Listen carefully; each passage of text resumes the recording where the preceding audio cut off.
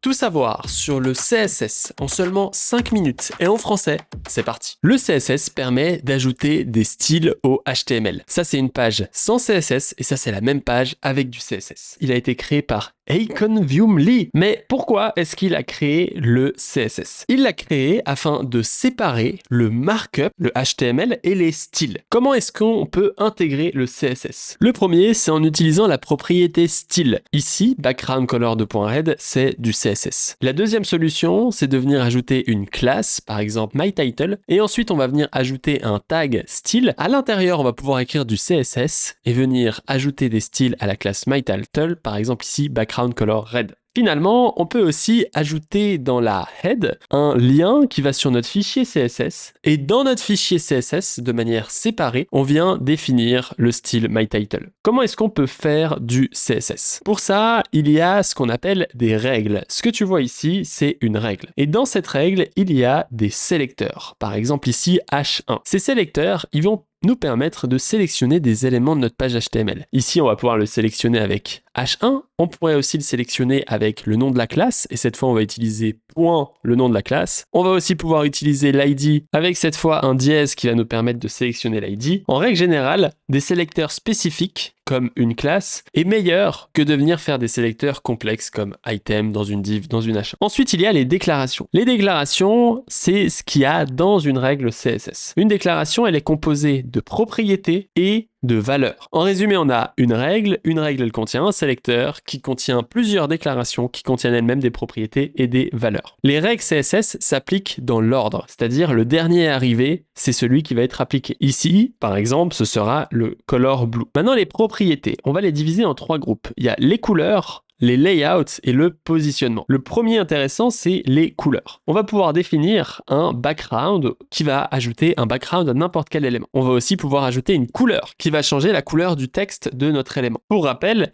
color ou background ici, c'est ce qu'on appelle un attribute key. Red et light color, c'est ce qu'on appelle un attribute value, qui est ici de type couleur. On peut utiliser des couleurs nommées, mais elles sont malheureusement assez limitées, comme tu peux le voir juste ici. Et donc, on va avoir tendance à utiliser par exemple de l'hexadécimal pour spécifier des couleurs précises, du RGB ou même du HSL. Et ensuite, on a les layouts, avec le premier élément qui est les box modèles. En web, les box, c'est à peu près tout. On a des box, dans des box, dans des box. Chaque box peut définir une margin, qui va définir l'espace qu'elle a autour d'elle. Ensuite, elle va définir une border, qui va définir une petite ligne tout autour de notre box, et un padding qui va définir l'espace intérieur à notre box. Et finalement, le contenu, donc tout ce qu'on va mettre à l'intérieur de la box. Par exemple, ici, tu vois que j'ai ajouté une box avec une background color, une width, une height. On peut voir dans l'inspecteur d'éléments Chrome que on va retrouver exactement les données que je t'ai dit. Donc, on a d'abord la margin qui va ajouter un espace extérieur. On va avoir la border qui va être une petite ligne. On va avoir le padding et le contenu ici. Ensuite, on a le padding. Le padding, il peut être défini de plusieurs manières différentes. Le premier, c'est d'ajouter 4 valeurs qui vont définir la valeur top, right, bottom et left. Pour t'aider, tu peux utiliser ce schéma. Tu vois qu'on commence toujours en haut et après on va dans le sens des aiguilles d'une montre pour définir nos valeurs. On peut aussi utiliser uniquement 2 valeurs. La première, elle va définir le top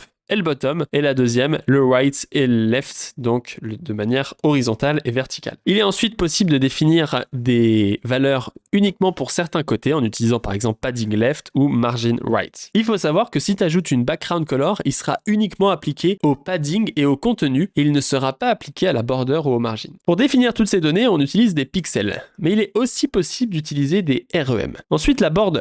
La border, elle peut être définie avec 3 valeurs. La première, c'est la size. Ensuite, le type et la couleur. Et tu vois que ça crée une magnifique border. Il est possible de changer la size, comme on l'a vu juste ici, ou aussi le type qui vont venir changer le style de la border. Finalement, il y a les margins. Les margins, ils fonctionnent exactement comme le padding, à la différence que le but de la margin, c'est de venir ajouter de l'espace entre les éléments. Tu vois qu'ici, je viens dire, j'ai envie d'avoir 32 pixels au top de ma box, et donc c'est ce que ça fait. Ensuite, il y a le display, avec par exemple le flow layout. Le flow layout, c'est le layout par défaut. Tous les éléments div, articles, ph1 sont par défaut en display block. Alors que le display inline va venir positionner les éléments de manière inline, donc sur une ligne, et va être défini par défaut pour les spans, les bold, les italiques. Ensuite, il y a le grid layout qui est moins utilisé, qui va nous permettre de créer des layouts compliqués, comme tu peux le voir ici, avec des grid templates, des grid template area, etc. et qui nous permet d'avoir cet effet de grid et de pouvoir positionner les éléments de manière très précise. Ensuite, il y a la position. La position, ça va nous permettre de venir définir une position à un élément de manière très spécifique. Par exemple, avec position absolute, on vient sortir l'élément du layout, c'est-à-dire qu'il ne prend plus de place. Au lieu de prendre une place, il va venir totalement sortir et ne plus prendre de place. On peut ensuite le positionner par exemple au bottom 8px et ça va venir le sortir totalement de son parent pour le mettre où on a dit. Avec par exemple ici right, on vient le positionner en bottom right. Ensuite, il y a les pseudo-classes, avec par exemple le hover qui permet de faire en sorte que quand on hover un élément, il y a un style qui s'applique à lui. Pour ça, on utilise btn avec 2.hover et ça va venir sélectionner cet état de hover.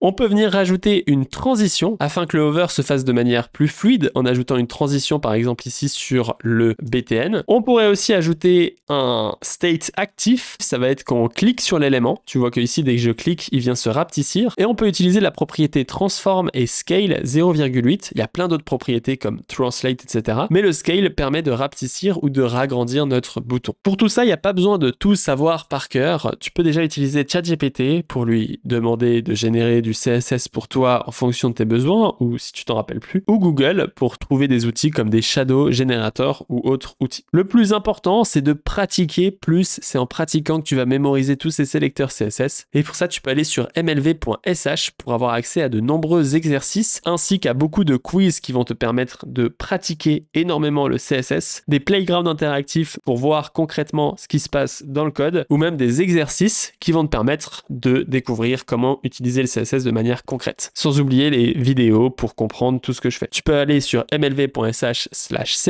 ou le premier lien dans la description, t'inscrire totalement gratuitement et avoir accès à vie à ma formation HTML et CSS. Like, commente, abonne-toi. Ciao.